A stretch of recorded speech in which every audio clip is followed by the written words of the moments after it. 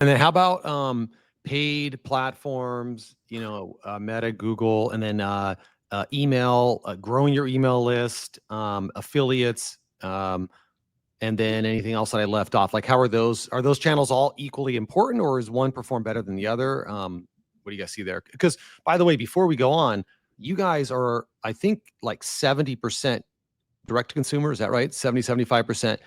And for the audience, meaning their website to the consumer, not meaning, because a lot of people will group in their Amazon sales to that. So you guys are like a D2C powerhouse. Well, thank you for the kind words. I think, yes, to answer your question, we are still primarily a direct-to-consumer website.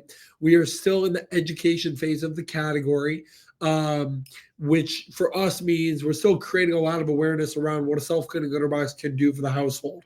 We think a lot about it from the lens of dishwasher, 50, 60 years ago, when a product marketers had to come out and tell Americans, buy a dishwasher and take up this huge chunk of your kitchen on something you've been doing by hand for a long time. We see a similar opportunity today in changing consumer behavior. So still very much about education, which for us, we believe we can do very well through our direct-to-consumer site, as well as our retail partners, but much of our early high funnel education done on our direct-to-consumer site. In terms of channel mix, Meta and Google are two biggest partners that we still use. Probably not that unfamiliar to many of our listeners here, but I would say the way in which we do it, we're very authentic in our content, tons of UGC content.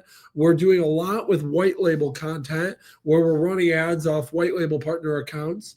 In YouTube, a different theme. I think we're doing a lot more education on YouTube, whether it be through pre-roll, mid-roll, or otherwise. Lots of education for people that we know are somewhere in the funnel. I would say Meta, we're using a lot for high funnel. YouTube and such, we're using for mid, low funnel, as well as Meta. Email versus SMS. SMS has grown to be a really strong channel for us. Oftentimes outperforming when you think about a broadcast versus drip campaign. So drip campaign, I think email still makes a ton of sense. But for our broadcast where we're sending out a message like a bundle offer or 0% financing, we're seeing a lot of great success with SMS. Yeah.